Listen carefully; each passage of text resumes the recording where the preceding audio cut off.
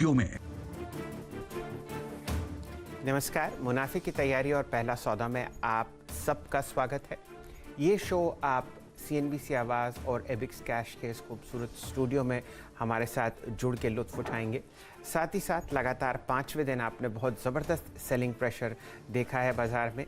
Nifty सितंबर 9 के lowest level के आसपास ट्रेड करता हुआ और अभी भी नवंबर की एक्सपायरी में 3 अहम दिन बचे हैं। सेलिंग प्रेशर बहुत ज़बरदस्त है फ्रंटलाइन काउंटर्स पर, खासकर निफ्टी में। देखते हैं ये थमता है या यहाँ से आपको और गिरावट के लक्षण बाजार में आते हुए दिखते हैं। ऐसा करते हैं, सबसे पहले जोड़ते हैं यहाँ पर कुमार साहब को, जानने की चेष्टा करते हैं कि आज का लाइनअप, मेन्यू ऑफ ऑफरिंग्स क्या क्या हैं, और फिर नीरज जी से चर्चा करेंगे वॉल स्ट्रीट की। वीरेंद्र जी, पहले आप।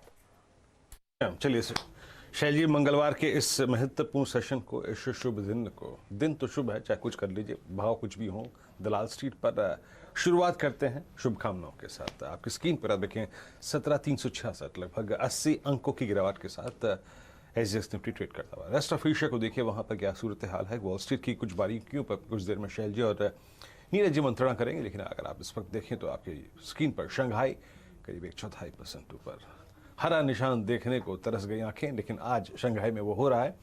हैंग सेंग करीब 1% नीचे और स्टेट टाइम्स अगर आप देखें बिल्कुल फ्लैट कारोबार करता है। डाउ फ्यूचर्स करीब 9.2 पर, नेस्डैक फ्यूचर्स लगभग 11 अंक नीचे हैं। इस कार्यक्रम मुनाफे की तैयारी और पहला सौदा में जो पैनल मौजूद होगा हमारे साथ, उसमें आज मौजूद होंगे विलियम अनिल के मयूरेश जोशी, आर्थिक राजधानी मुंबई से। जियोजित फाइनेंशियल सर्विसेज के गौरांग शाह हमारे साथ मौजूद होंगे, फंडामेंटली बातचीत करेंगे उनसे। ये 2 फंडामेंटल प्रमुख होंगे हमारे साथ बातचीत करने के लिए।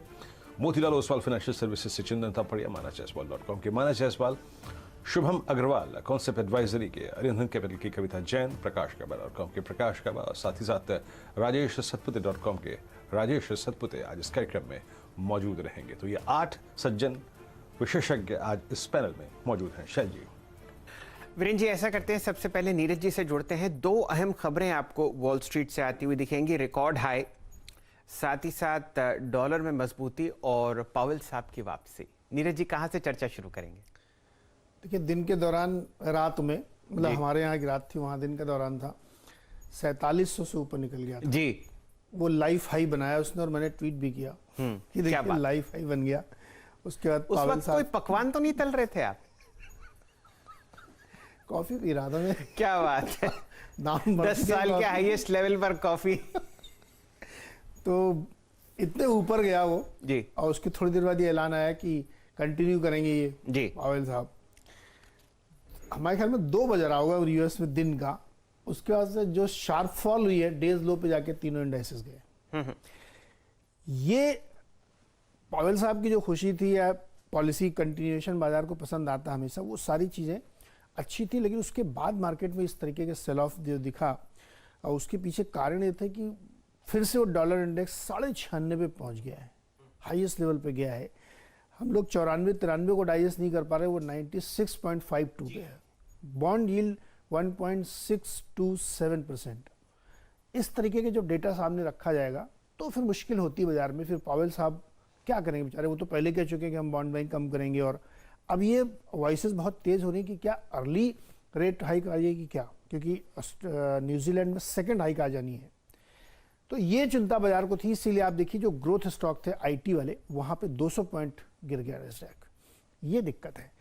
क्रूड की तरफ से जो हमको राहत है, 78 के आसपास चला गया था। तो मैंने आपको बताया था कि यूएस, चाइना, जापान, इंडिया मिल के एक साजिश कर रहे थे कि हम लोग अपना जो रिजर्व वाला ऑयल है उसको रिलीज करेंगे। आज शायद अनाउंसमेंट भी आएगा। हाँ, कुछ गुफ्तगू यहाँ पर भी हो रही है। हाँ, लेकिन इंडिया ने शायद मना कर दिया कि हम नहीं करेंगे।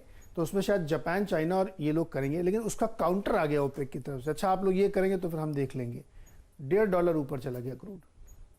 अब मुझे समझ नहीं आता, ये पता नहीं किसके दिमाग का आइडिया है कि आप इन्वेंट्री रिलीज करके प्राइस को मैनेज करेंगे। बैड आइडिया है। तो इसीलिए क्रूड देखिए फिर 80 के करीब पहुंच रहा है। तो ये सारे जो बड़े बड़े एसेट क्लास हैं, ये रीएडजस्ट हो रहे हैं। कल गोल्ड का 2% गिरना और क्रिप्टो का गिरना, ये मुझे समझ में नहीं आया, क्योंकि जब दोनों एक साथ नहीं गिरते हैं, या तो गोल्ड में पैसा लगता है या क्रिप्टो में लगता है। कल दोनों गिर गए। तो शायद ब्रॉडर थीम ये है कि लोग प्रॉफिट बुक कर रहे हैं। जी हाँ, और दूसरी बात नीरज जी, आप देखिए ग्लोबली इन्फ्लेशन बहुत ही एक चिंता का विषय बन चुका है। और ना हो ऐसा कि रेट बढ़े, लेकिन जिस हिसाब से इन्फ्लेशन बढ़ रही है उसको काबू करना अति आवश्यक है। पहली तिमाही में आप देखिए किस तरीके से यूएस में सारी सप्लाई चेन्स डिसरप्ट हो गई थी, क्योंकि बहुत सारी प्रॉब्लम्स वहाँ पर थी। अभी भी कई तिमाही के नतीजे जो हम लोग यूएस में पढ़ते हैं, वहाँ पर कंपनी के मैनेजमेंट कहते हैं कि अभी भी सप्लाई चेन जो है वो पूरी तरीके से बढ़िया तरीके से काम नहीं कर रही। इन्फ्लेशनरी प्रेशर विदेशी बाजारों में, दूसरा कोरोना का भी रिसर्जेंस बिल्कुल यूरोप में बहुत तेज है, जर्मनी में बहुत सिचुएशन खराब है जी, 90% तक वहाँ के आईसीयू बेड भर चुके हैं। आप ये देखिए नीरज जी कि लोग वैक्सीन ही नहीं लगाना चाहते। मुझे ये समझ में नहीं आता कि फाइन किया है जी, $4000 का फाइन है अगर आपने नहीं लगाई वैक्सीन तो। जी, ये स्थिति है वहाँ। क्योंकि उससे आप पूरी की पूरी इकोनॉमी को फिर पटरी से उतारने की क्या करते हैं, मतलब एक रूपरेखा बनने की तैयार हो रही है। तो कई विदेशी बाजारों में और इकोनॉमीज में जिन लोगों ने वैक्सीन नहीं लगाया उनके ऊपर रिस्ट्रिक्शंस